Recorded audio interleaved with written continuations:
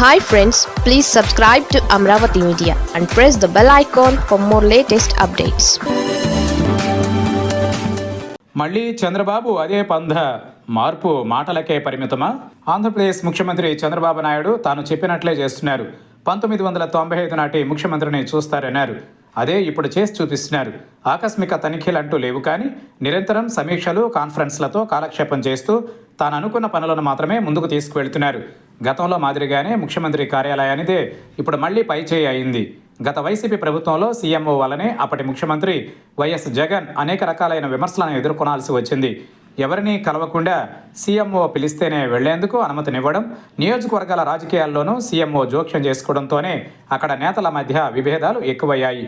మళ్ళీ ఇప్పుడు కూడా చంద్రబాబు అదే సీన్ను రిపీట్ చేస్తున్నారు. అధికారంలోకి వచ్చిన తరువాత చంద్రబాబు పూర్తిగా టర్న్ అవుతారు. అధికారంలో లేనప్పుడు కార్యకర్తలే తన బలం అంటూ ప్రశంసిస్తారు. జగన్ కూడా అంతే.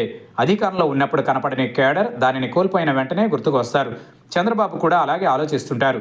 సహజంగా ముఖ్యమంత్రి అయిన తరువాత పాలనను గాడిలో పెట్టడానికి ఎక్కువ సమయం కేటాయించడంలో తప్పులేదు. కానీ అదే సమయంలో పార్టీని, కార్యకర్తల భవిష్యత్తును కూడా అంతే దృష్టిలో పెట్టుకుని చేయాలన్నది ఇద్దరూ మరిచిపోయే అంశం. అందుకే ఇప్పుడు తెలుగు తమ్ముళ్లలో కూడా ఒకంత అసహనం 6 నెలల్లోనే బయలుదేరిందంటున్నారు. నిజానికి చంద్రబాబు నాయుడు ప్రతి శనివారం పార్టీ కేంద్ర కార్యాలయానికి వెళుతుండడం కొంత పార్టీ కార్యకర్తలలో జోష్ నింపుతున్నప్పటికీ వారికి అవసరమైన విషయాలను మాత్రం పట్టించుకోవడం లేదన్న విమర్శలు వినిపిస్తున్నాయి. నిజానికి పార్టీ పట్ల, పాలన పట్ల ప్రజలు ఏమనుకుంటున్నారన్నది వాస్తవాలు తెలియాలంటే కార్యకర్తలే ముఖ్యం.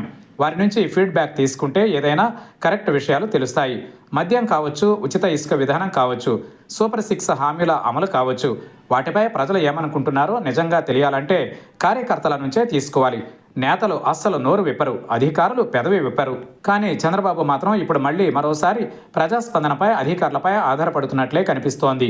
ప్రధానంగా జిల్లా యంత్రాంగం నుంచి ఆయన ఫీడ్బ్యాక్ తీసుకోవడంతో తప్పుడు సమాచారం అందే అవకాశం ఉందని నేతలే చెబుతున్నారు. ముఖ్యంగా కలెక్టర్లపై ఆధారపడి ఆయన సమాచారాన్ని సేకరిస్తున్నారు.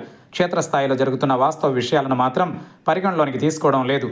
దీంతో చంద్రబాబు నాయుడు తాను చెప్పినట్లు 1995లో సీఈఓ మాదిరిగానే వ్యవహరిస్తున్నారని, 3 దశాబ్దాలైనా అందులో ఎలాంటి మార్పు రావడం లేదని పార్టీ నేతలే అభిప్రాయపడుతున్నారు.